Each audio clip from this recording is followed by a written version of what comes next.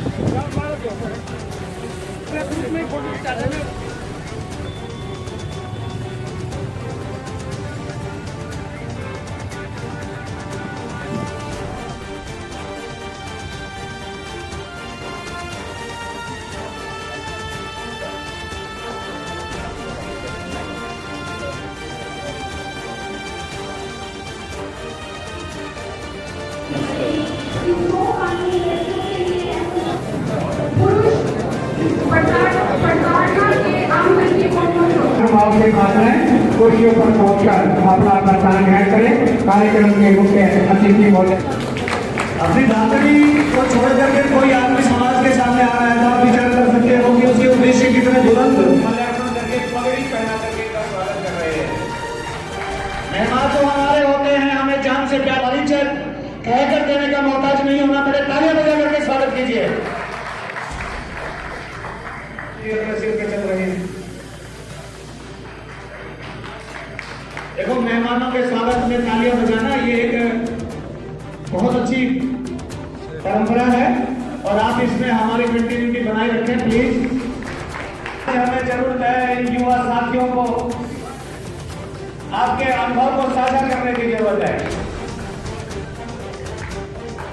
आज का ये कार्यक्रम युवा सम्मान कार्यक्रम मान व सम्मान के योग्य आम आदमी पार्टी के वरिष्ठ उपाध्यक्ष, हमारे बड़े भाई, हमारे मार्गदर्शक श्री अनुराग ढांडा जी,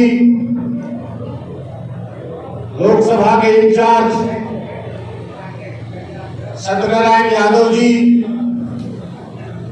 भिवानी महेंद्रगढ़ लोकसभा के उपाध्यक्ष दलजीत सिंह तालू जी, वरिष्ठ नेता बड़े भाई रविंद्र सिंह मटरू जी, पार्टी के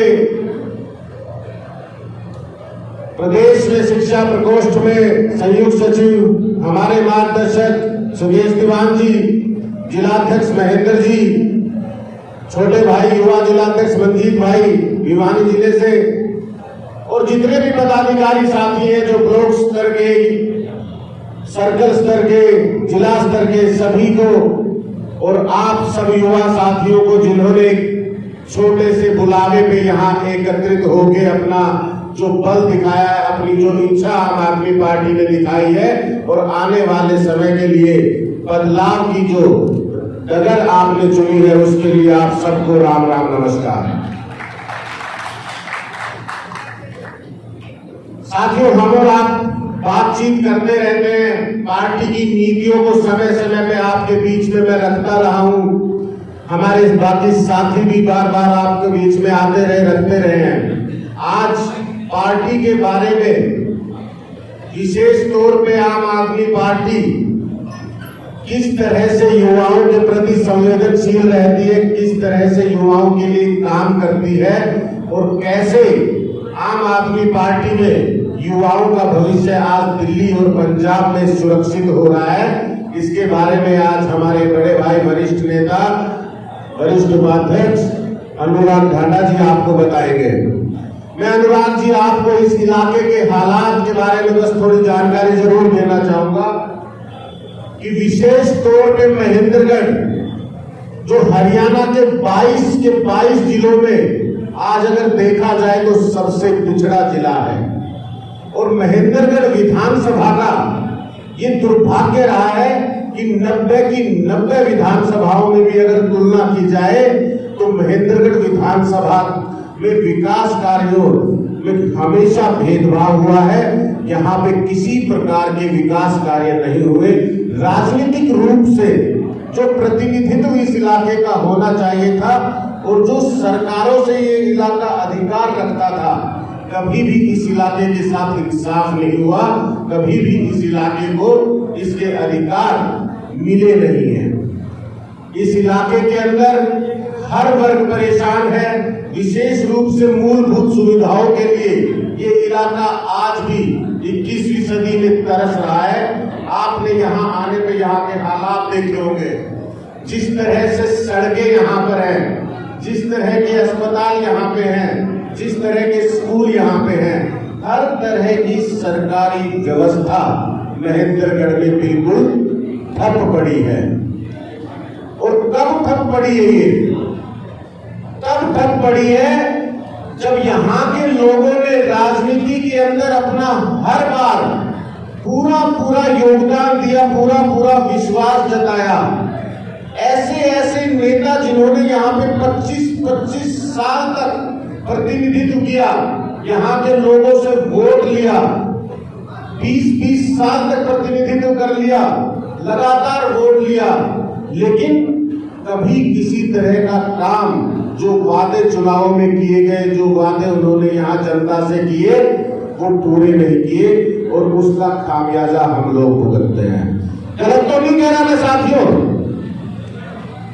मेरे पीछे बैठे सभी साथियों से मैं पूछ रहा हूं, क्या गलत कह रहा हूं? क्या इलाके को कभी कुछ मिला है?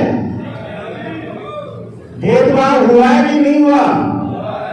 राजनीतिक रूप से हमारे साथ साजिश रही कि नहीं रही? प्रतिनिधियों ने गलत बर्ताव रखा कि नहीं रखा? ऐसे व्यक्ति ने यहां से, यानी कि दोनों नेता हमारे, विशेष तौर पर मैं जब रामविलास शर्मा जी की बात करता हूं तो साहब उस समय में लोग यहाँ के रामविलास शर्मा जी को वोट दिया करते थे जब भारतीय जनता पार्टी की पूरे देश के अंदर 2 सीटें नहीं आती थी। पूरे देश में जब 2 सीटें नहीं आती थी, तब आपके और हमारे विश्वास से, हमारे बुजुर्गों के विश्वास से वो जीत कर विधानसभा पहुंचते, मंत्री बनते, सब कुछ किया कि नहीं किया हमने उनके लिए? बदले में क्या मिला?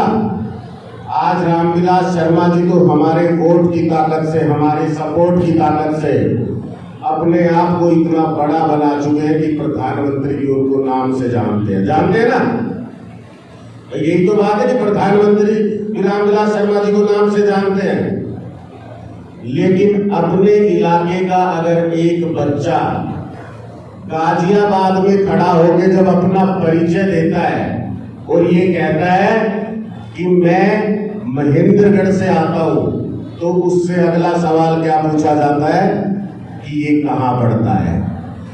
जिस व्यक्ति को हमने पूरे देश में पहचान दिला दी, विदेश में पहचान दिला दी, वो हमें 125 किलोमीटर दूर पहचान नहीं दिला पाया। धिक्कार है ऐसे लोगों पे, धिक्कार है ऐसी मानसिकता पे, धिक्कार है जिन्होंने इतने साल तक हमसे वोट लिया और आज तक हमारे लिए कुछ नहीं किया। एक नेता जातिगत आधार पे अपनी राजनीति को चमकाने का काम करते, बार बार वही राजनीति, वही 15 साल तक लगातार रह चुके, लेकिन कभी किसी युवा के लिए, कभी किसी इलाके के आदमी के लिए, महिलाओं के लिए, किसी वर्ग के लिए अगर एक बार भी उन्होंने आवाज उठाई हो, एक बार भी संघर्ष किया हो, एक बार भी उनके लिए काम किया हो, तो आप बताएं। आज तक किसी तरह का कोई राजनीतिक कार्य नहीं, अपने व्यापार में मस्त है, अपना व्यापार करते हैं, वोट लेने आते हैं, 1 साल की राजनीति करते हैं और फिर चले जाते हैं। लेकिन अब ये इलाका त्रस्त हो चुका है, ये इलाका मन बना चुका है। और जब मैं गांव जाता हूँ, घर जाता हूँ, युवाओं से मिलता हूँ, परिवारों से मिलता हूँ, हमारे जितने भी साथी जब गांव जाते हैं तो एक ही आवाज आती है पूरे इलाके के अंदर से कि किसी भी तरह इन दोनों नेताओं को यहां से दूर भगाया जाए, इन दोनों की राजनीति को खत्म किया जाए। कौन करेगा खत्म? आज हमारे दरवाजे के ऊपर एक ऐसी आम पार्टी खड़ी है जिसने ईमानदारी और सच्चाई से दिल्ली की तस्वीर और तकदीर बदल दी, जिसने आज पंजाब के अंदर प्रचंड बहुमत की सरकार बनाई है और वहां पे ऐसे काम कर रही है जो आज तक राजनीति के इतिहास में नहीं हुए।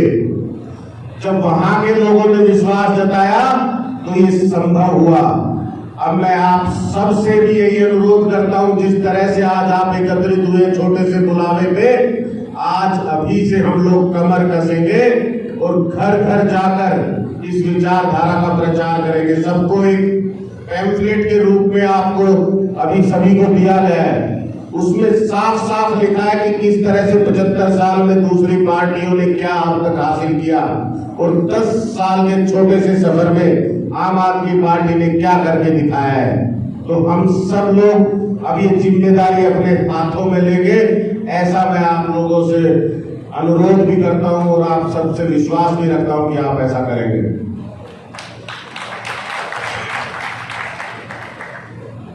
अंत में अनुराग ढांडा जी आज बहुत ही कीमती समय निकाल के हमारे बीच में पहुंचे हैं।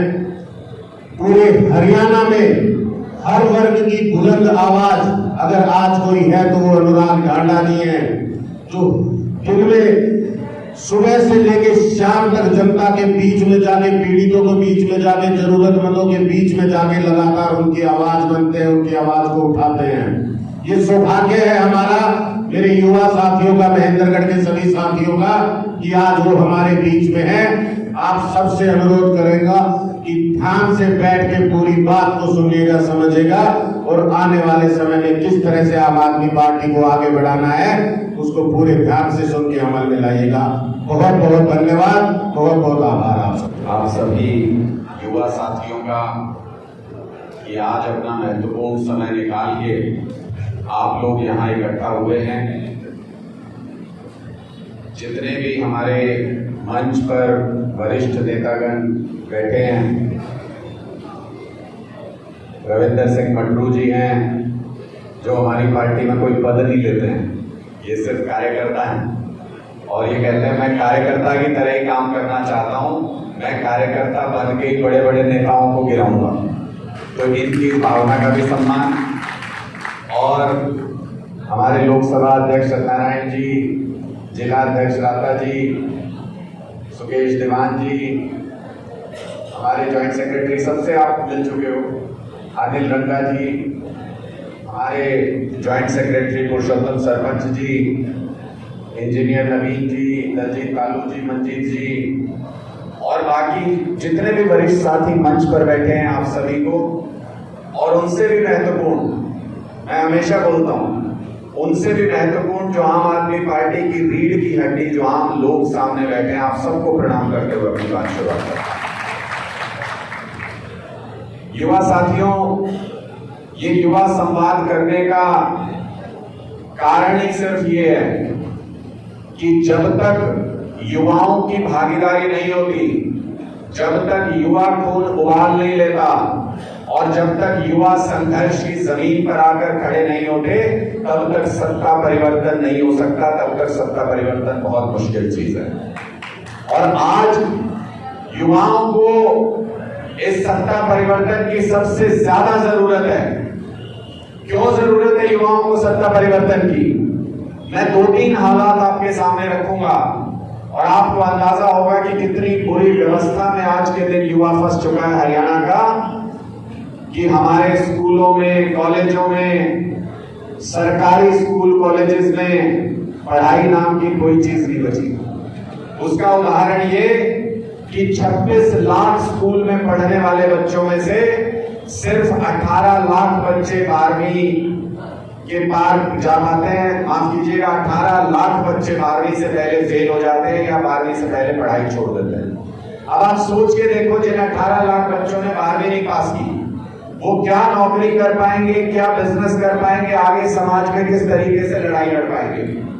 फिर उसके बाद आती है बात उन युवा साथियों की जिन्होंने स्कूल के दरवाजे पार कर लिए, आप लोगों की तरह संघर्ष किया, कॉलेज तक पहुंच गए, लेकिन जब कॉलेज पास कर लोगे तो उसके बाद आप जब रोजगार के लिए जाओगे बाजार में, आप जब रोजगार के लिए जाओगे सरकार के पास, तो सरकार कहती है कि हमारे पास रोजगार नहीं है। 25 लाख युवा हरियाणा के अंदर बेरोजगार बैठे हैं, 25 लाख युवा।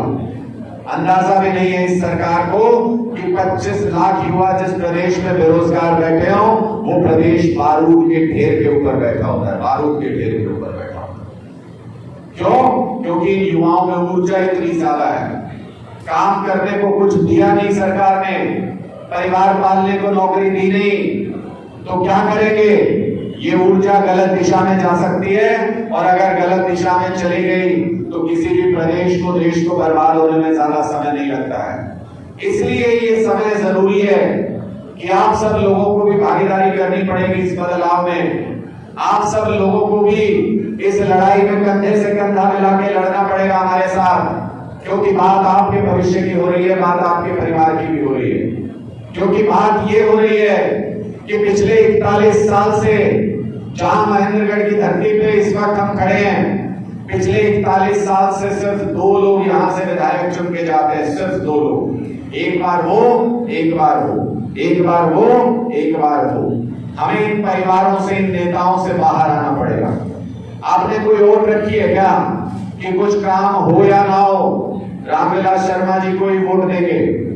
कोई आम आदमी ने वोट रखी है क्या कि कुछ काम हो या ना हो रावदान सिंह जी को ही वोट जाएगा? ऐसी कोई आपकी जिम्मेदारी नहीं, आपके परिवार की जिम्मेदारी नहीं है। पहले ये लोग बहका देते थे कि एक आम आदमी राज नहीं कर सकता। मान लो कोई ऐसे ये मनीष जैसा कोई आम परिवार से कोई व्यक्ति ने कहा कि मैं चुनाव लड़ना चाहता हूं, तो पहले बड़े बड़े नेता आके इसके पास बैठ जाते थे, अरे बावड़ा हो रहा है, तू कैसे चुनाव लड़ेगा? तुम्हारे पिताजी, तुम्हारे दादाजी ने, किसी ने कभी राजनीति की है? राजनीति हमारे परिवार में चली आ रही है 50 साल से। हमको पता है सरकारें कैसे चलती हैं, हमको पता है कैसे काम होता है सरकार में। तुमको कुछ पता है, तुम क्यों राजनीति करोगे? तो पहले एक आम आदमी सोचता था हाँ शायद मैं गलत सोच रहा हूं, और पीछे हट जाता था राजनीति करने से। लेकिन दिल्ली में अरविंद केजरीवाल जी ने यह दिखा दिया कि एक आम आदमी भी सरकार चला सकता है, और ऐसी सरकार चला सकता है कि प्रधानमंत्री नरेंद्र मोदी जी की नाक के नीचे बैठ के उनकी नाक में दम कर रखा है। और पंजाब के अंदर सरदार भगवंत मान की 7 पुश्तों में किसी ने राजनीति नहीं की। उनके पिताजी, उनके दादाजी, कोई नहीं था राजनीति में। एक टीचर के बेटे हैं, एक टीचर के बेटे ने ऐसी सरकार चला के दिखा दी पंजाब के अंदर, ऐसी सरकार चला के दिखा दी कि इन सारी पार्टियों को समझ में नहीं आ रहा कि सवाल उठाएं तो किस बात पे उठाएं, राजनीति करें तो कैसे करें। कांग्रेस, बीजेपी, अकाली दल सबकी राजनीति समेट के खत्म कर दी, सारे लोगों की राजनीति खत्म कर दी। और किस दम पे? सिर्फ इस दम पे कि आम लोगों के लिए काम जो पिछले 75 साल के आजाद हिंदुस्तान के इतिहास में नहीं हुआ, वो आम लोगों के लिए काम करना शुरू कर दिया। क्या काम है जिसकी आम लोगों को जरूरत होती है? मैं आपसे पूछता हूं, आपको किस काम की जरूरत है भाई? सरकार क्यों चाहिए आपको? सिर्फ 24 घंटे बिजली मिल जाए इसलिए चाहिए ना?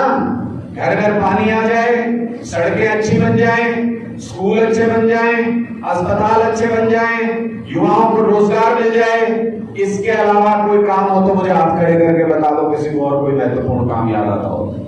यही सारे काम हैं जो एक आम आदमी को चाहिए होते हैं, यही सारे काम हैं। किस साथी ने चलाया भाई? थोड़ा पसीना तो बहने दो। हमारे यहाँ एक प्रचलन है, बात जब बीच में छेड़ दी, पंखा छेड़ दिया तो बात छेड़नी पड़ेगी। हमारे यहाँ एक प्रचलन है, हम ये कहते हैं कि सरकार ऐसे ही नहीं आती। जब पसीना बहते बहते आपके माथे से खून टपकने लगे, इतनी मेहनत करोगे तो सरकार आएगी, और वो मेहनत सबको मिलके करनी पड़ेगी। अब जब बात निकल पड़ी है और पंखे वाली बात निकल पड़ी है, तो फिर एक बार बीजेपी और कांग्रेस के पंखे फटने चाहिए भाई। इतनी जोरदार आवाज में नारा लगाएंगे, भारत माता का नारा लगाएंगे। और क्यों? आज एक विशेष उपलक्ष्य भी है। आप लोगों को पता होगा हमारे जवान शहीद हुए सीमा के ऊपर, और कुछ दिन पहले भी हरियाणा के कई जवान शहीद हुए थे। उन सभी को याद करते हुए भारत माता का वंदन करने के लिए एक जोरदार नारा मेरे साथ भारत माता का लगाइएगा। ये सच्ची श्रद्धांजलि होगी उन सभी शहीदों को और जो हम सरकार से लगातार मांग करते हैं कि शहीदों के परिवार को 1 करोड़ रुपए की सम्मान राशि सरकार की तरफ से मिलनी चाहिए, मांगना नहीं पड़े उनको मिलनी चाहिए, उनका एहसान है इस देश के ऊपर। उस मांग में अपनी आवाज मिलाने के लिए जोरदार आवाज में भारत माता का नारा लगाइएगा। बंद मुट्ठी करके सारे साथी आगे से पीछे तक हाथ ऊपर करो, सारे साथी बंद मुट्ठी करके पीछे तक, देख रहा हूं मैं। भारत माता की, भारत माता की,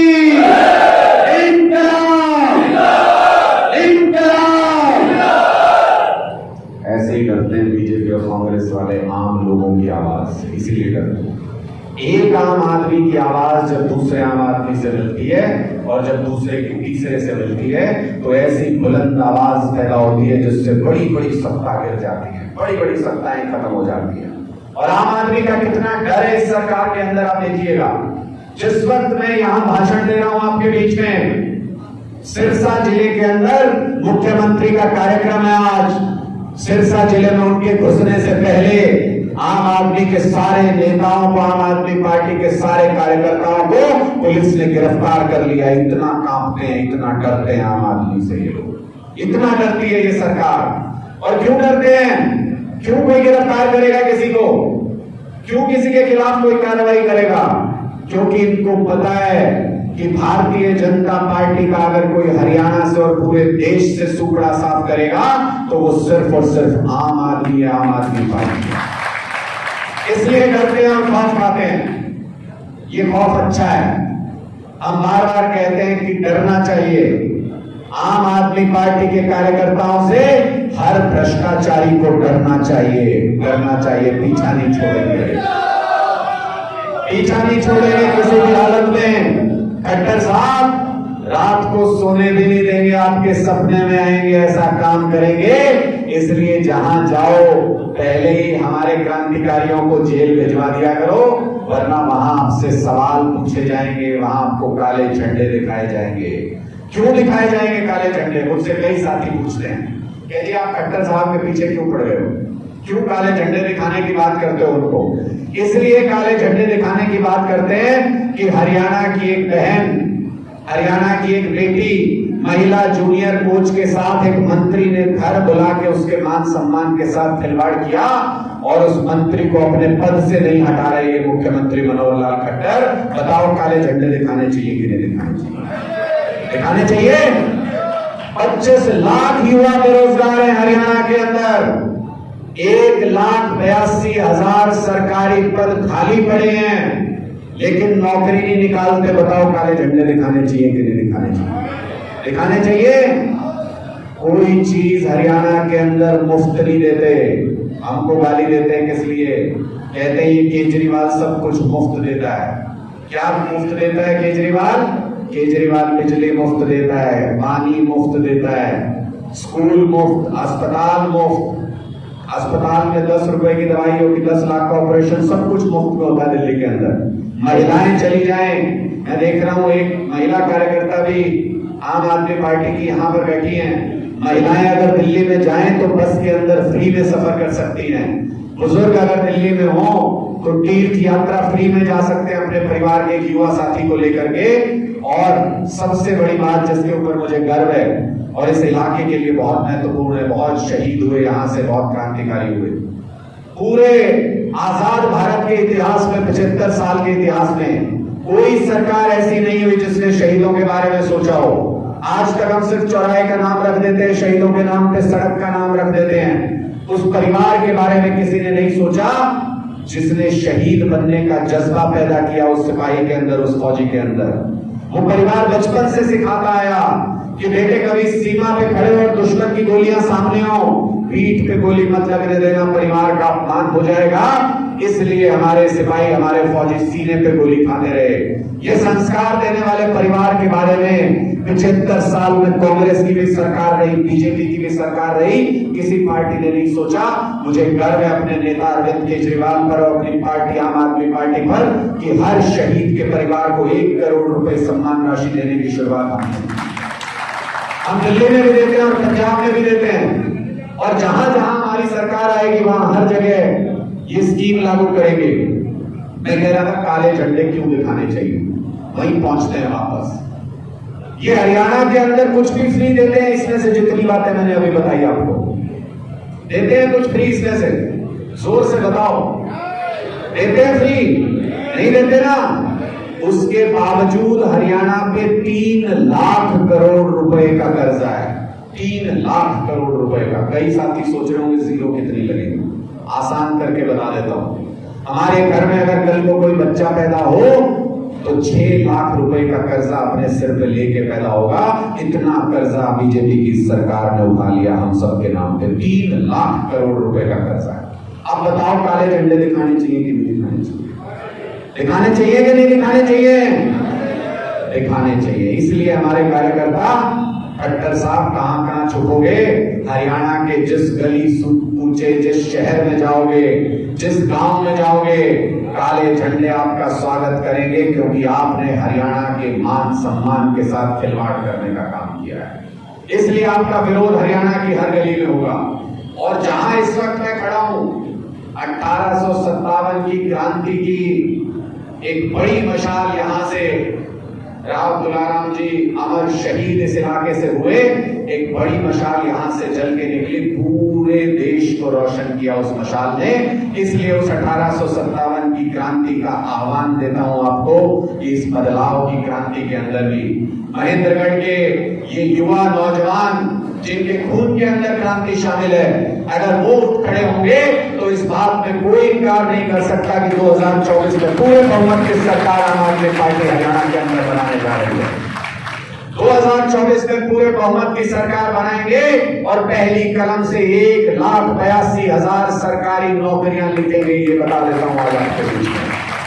युवाओं के लिए रोजगार की कमी नहीं रहेगी। ये दूसरी पार्टियां वादा पहले करती हैं, फिर सरकार बनाती हैं और फिर कहती है कौन सा काम, हमें नहीं आता कोई काम करना। आम आदमी पार्टी काम पहले करती है, लोगों को कहती है पहले तसल्ली कर लो, उसके बाद वोट देना, क्योंकि सरकार बनने के बाद हमारे पास बात करने का समय नहीं, पहले मिनट से काम करना शुरू करती है आम आदमी पार्टी की सरकार पहले मिनट से। पंजाब के अंदर 1.5 साल में मान साहब की सरकार ने रिकॉर्ड स्थापित कर दिया। रिकॉर्ड किस बात का? 50,000 सरकारी नौकरियां दी, 2.5 लाख से ज्यादा प्राइवेट रोजगार पैदा किए, 3 लाख युवाओं को 1.5 साल के अंदर रोजगार दे दिया। पंजाब में लाइन लगी पड़ी थी पंजाब के युवाओं में विदेश जाने के लिए। आज वही युवा टीवी कैमरे के सामने खड़ा होकर ये कहता है कि मैं अपने परिवार को यहां सरकारी नौकरी करके पाल सकता हूं, इसलिए मैं विदेश नहीं जाऊंगा, अपने पंजाब को सुधारूंगा, पंजाब को बेहतर करूंगा। आज हमको उसी बदलाव की जरूरत हरियाणा के अंदर है। जब दिल्ली के लोग बदलाव कर सकते हैं, जब पंजाब के लोग बदलाव कर सकते हैं, तो हरियाणा के लोग बदलाव क्यों नहीं कर सकते? हम भी अपने लिए सुनहरा भविष्य लिख सकते हैं, हम भी आम आदमी की सरकार बनवा सकते हैं, हम भी अपने बीच में से किसी एक शख्स को नेता बना करके ये कह सकते हैं कि जो समस्या तुम अपने घर में झेलते हो, उस समस्या का समाधान विधानसभा के अंदर खड़े होकर करो। अगर ये परंपरा शुरू हो जाए तो ये बड़े बड़े राजनीतिक घराने गिर जाएंगे, जैसे पंजाब के अंदर गिरे। पंजाब में कोई हमको ये कहता था कि ये चन्नी साहब तो हार नहीं सकते, ये तो सीएम है, 2 जगह से चुनाव लड़े। चन्नी जी कहां गए चुनाव के बाद पता ही नहीं चला। कोई कहता था ये बादल साहब तो आज तक हारे ही नहीं आजादी के बाद से चुनाव, इनका परिवार कैसे हारेगा? हमने कहा देख लो, पंजाब में जाके बादल साहब के परिवार से एक भी सदस्य विधानसभा में नहीं पहुंच पाया। ऐसा आम आदमी का रुतबा होता है। इस रुतबे को कायम करना, इस डर को कायम करना आपके हाथ में है। इसलिए आज इस युवा संवाद में मैं आप सभी साथियों से यह अनुरोध करता हूं, ये बताओ पहले किस किस को ये पैम्फलेट मिला जो अभी आपको बांटे गए? एक बार उठा के दिखाओ मुझे, खोल के उठा के दिखाओ किस किस के पास पैम्फलेट है। सारे दिखाओ, है सबके पास? इसके अंदर सिर्फ 2 मिनट लगेंगे पढ़ने में। इसके अंदर पढ़ के देखना, इसके अंदर लिखा हुआ है कि हरियाणा में पिछले 56 साल में इनकी सरकारों ने क्या काम नहीं किए और हमारी सरकार ने दिल्ली और पंजाब के अंदर क्या काम किए, वो कंपैरिजन इसके अंदर है। इसको पढ़ना, 5 मिनट के अंदर आपको समझ में आ जाएगा कि क्यों 2024 में आम आदमी पार्टी की सरकार की जरूरत है। और सरकार आ रही है 2024 में, निश्चित तौर पे सरकार आ रही है। क्यों कह रहा हूं मैं ऐसा? 850 से ज्यादा गांव में जाके मैंने जनसभाएं की है पिछले 1 साल के अंदर, लोगों से संवाद किया है, लोगों को समझने की कोशिश की है, और अगले 1 साल में 2000 से ज्यादा गांव में जाऊंगा, लोगों के बीच में आम आदमी पार्टी के अरविंद केजरीवाल जी की विचारधारा को पहुंचाऊंगा। ऐसा लक्ष्य अपने लिए रखा है। उस अनुभव के आधार पर बता रहा हूं, जो गांव गांव जाके मैंने लोगों के चेहरों पर पढ़ा है, लोगों से बात करके समझ में आया है, जैसे दुनिया की कोई भी ताकत सुबह सूरज निकलने से नहीं रोक सकती, शाम को सूरज ढलने से नहीं रोक सकती, ना सर्दी आने से कोई ताकत रोक सकती, ना गर्मी आने से कोई ताकत रोक सकती, वैसे ही 2024 में ध्यान से सुनिएगा, दुनिया की कोई ताकत हरियाणा के अंदर आम आदमी पार्टी की सरकार बनने से नहीं रोक सकती। कोई ताकत नहीं रोक सकती, क्योंकि लोगों में बदलाव की इच्छा है। कांग्रेस और बीजेपी से त्रस्त हैं। लोग कहते हैं बार बार हमसे एक बार वो वोट ले जाते हैं, लेकिन कभी कुछ नहीं किया हमारे लिए, हमारे परिवार का कुछ नहीं बदला, हमारे भविष्य के बारे में कुछ नहीं बदला, ना हमारे गांवों के स्कूल बदले, ना अस्पताल बदले, ना हमारा बिजली पानी बदला। इसलिए लोग एक बड़े बदलाव की इच्छा रखते हैं, इसलिए आम आदमी पार्टी की सरकार 2024 में आ रही है। मैं ये क्यों बता रहा हूं आपके बीच में? मैं इसलिए बता रहा हूं कि इस बदलाव का हिस्सा बनना, अगर गलती से एक कदम पीछे रह गए तो आपकी आने वाली पीढ़ियां आपकी आंख में आंख डाल के ये कहेंगी कि जब हरियाणा बदलाव के रास्ते पे चल रहा था, उस वक्त आप लोग कहां छुपे थे, उस वक्त आप लोग सामने क्यों नहीं आए, और तब आप अपनी आने वाली पीढ़ियों से नजर नहीं मिला पाओगे। इसलिए जैसा अमर शहीद राम तुलाराम जी ने इस पूरे इलाके का नाम रोशन किया, अपने लिए नाम कमाया, जब जब क्रांति की मशाल चलेगी, चर्चा होगी, तब तब उनका नाम लिया जाएगा। उसी तरीके से अपने लिए, अपने परिवार के लिए भी नाम कमाओ। जब जब हरियाणा में राजनीतिक क्रांति की बात आएगी, जब जब ये कहेंगे 2024 में इतना बड़ा बदलाव हरियाणा में कैसे हुआ, तब तक आपको याद किया जाएगा इस स्वतंत्रता संग्राम के लिए, दूसरे स्वतंत्रता संग्राम के लिए। ऐसा गौरव अपने लिए अर्जित करो, ऐसा गौरव अपने लिए कमाओ। और एक आखिरी आप सब लोगों को समझाते हुए, एक चेतावनी देते हुए आप सब लोगों को अपनी बात को विराम दूंगा कि जब आप मन बना लोगे कि बहुत बड़ा बदलाव करना है 24 में, तो उसके बाद चुनाव से पहले एक जहर का इंजेक्शन ये पार्टी आपके बीच में देने के लिए आई। क्या है वो जहर का इंजेक्शन? पता है किसी को? पता है किसी को? जात समझाने आएंगे चुनाव से पहले, आपको आपकी जात समझाने आएंगे। एक ऐसा शख्स कोई भी आपके बीच में आके बैठेगा आपके घर पे, जो कहेगा कि तुम मेरी जाति के हो इसलिए इस पार्टी को वोट दे दो। 5 साल नहीं दिखा होगा वो शख्स आपको, लेकिन जाति के नाम पे आपके घर में आके बैठेगा और कहेगा तुम इस जाति के हो इसलिए मुझे वोट दे दो, इस पार्टी को वोट दे दो। एक सवाल छोड़ के जा रहा हूं आपके बीच में, पूछ लेना उस व्यक्ति से, आपको हकीकत समझ में आ जाएगी। उस व्यक्ति से पूछना कि ठीक है, जात के नाम पे जिस पार्टी को तुम कह रहे हो उसको वोट दे दूंगा, लेकिन क्या सरकार बनने के बाद कोई एक ऐसी सड़क बनवा दोगे जिसपे सिर्फ मेरी जाति के लोग चल सके, किसी और जाति का आदमी चल नहीं सके? उससे पूछना कि क्या कोई ऐसी बिजली की योजना ले आओगे कि सिर्फ मेरी जाति के लोगों के यहाँ बिजली मुफ्त हो, बाकी किसी की बिजली मुफ्त ना हो? उसका चेहरा देख के आपको समझ में आ जाएगा कि ये झूठा और मक्कार आदमी है। आज तक आपको जाति के नाम पर बरगलाता रहा है, इसलिए उसके नाम पे कांटा मार देना उस पार्टी के नाम पे। और जब आप जाति के नाम पे वोट मांगने वाले लोगों के ऊपर कांटा मारते जाओगे, क्रॉस करते जाओगे इस तरीके से, तो मुझे पूरा विश्वास और इस बात का गर्व भी है, अंत में सिर्फ एक ही पार्टी और एक ही निशान बचेगा, आम आदमी पार्टी और झाड़ू का निशान। क्योंकि हम काम पे वोट मांगते हैं, क्योंकि हम काम पे वोट मांगते हैं, जाति धर्म पे वोट नहीं मांगते। जाति पे गौरव कीजिए, धर्म को निभाइए, यह आपका निजी आस्था का सवाल है, लेकिन सरकार चुनी जाती है काम करने के लिए। जब तक जाति धर्म पे वोट दोगे तब तक सरकारें काम नहीं करेंगी। और जब आप काम के नाम पे वोट दोगे, खट्टर साहब आगे क्या? खट्टर साहब आगे फिर मैं कब बताऊं नहीं, खट्टर साहब कहें। आवाज आ रही है पीछे तक? आगे आ रही है आवाज? हम उसके देर से देर समझ तो आएगा ही, उसके लिए वही जान का टाइम आ गया।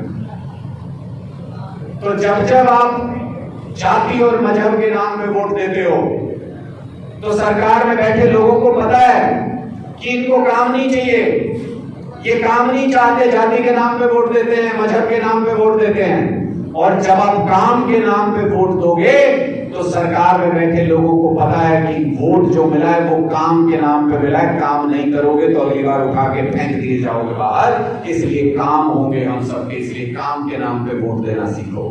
और एक सिंपल सा उदाहरण छोड़ के जा रहा हूं आपके बीच में, चाहो तो घर पे आजमा के देख लेना, पता चल जाएगा कि क्या सही है और क्या गलत है। एक काम करना, कल सुबह सुबह अपने घर पे किसी एक कमरे में किसी एक कोने से फर्श पे हाथ फेरना शुरू हो जाना। घर साफ हो जाएगा क्या? घर साफ हो जाएगा हाथ से? चलो एक दूसरा काम कर लेना, बाजार चले जाना, एक अच्छा सा कमल का फूल खरीद के लाना, घर के कोने से कमरे से लगाना शुरू हो जाना कमल से। घर साफ हो जाएगा क्या? हो जाएगा। किस चीज से घर साफ होता है? किस चीज से? झाड़ू से ही घर साफ होता है, और झाड़ू से ही हरियाणा का भ्रष्टाचार खत्म हो सकता है। ये बात अपने दिमाग में बिठा लीजिए, जितनी जल्दी बिठाओगे हरियाणा की तरक्की, युवाओं की तरक्की उतनी जल्दी लिखी जाएगी, उतनी जल्दी लिखी जाएगी। आप सब लोगों ने मेरी बात को इतने ध्यान से सुना, मैं उसके लिए आपका आभारी हूं। और युवाओं से खास तौर पर आग्रह करता हूं, दोबारा से एक बार हाथ जोड़ के विनम्र आग्रह मेरा कि ये लोग आपको राजनीति से दूर रखते हैं, इसलिए इन्होंने कॉलेजों में, यूनिवर्सिटी में चुनाव कराने बंद कर दिए।